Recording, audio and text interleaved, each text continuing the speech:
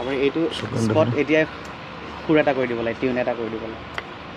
বৰ্তমান সময়ত আছে নেকি এনে কোনো ব্যক্তি আৰু হ'ব নেকি এনে কোনো জুবিন দাৰ দৰে এনে কোনো ব্যক্তি? কোনো হ'ব নোৱাৰে। সেইজনে আছিল আমাৰ ভগৱান জুবিন দা। চাওক এই ভগৱানজনৰ এই জুবিন দাৰ কিমান যে টেলেণ্ট আছিল আপোনালোকে ভিডিঅ'টোত চাওক। মোৰ তাত এটা লিৰিক্স আছে, অসমীয়াত লিখা আছে জুবিন দাৰ এইখনত।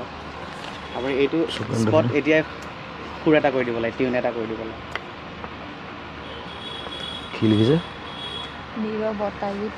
নীৰৱতায়ো তোমাৰ কিনো বুজায়, ব্যাকুলতায়ো তোমাৰ কিয়নো বুজায়।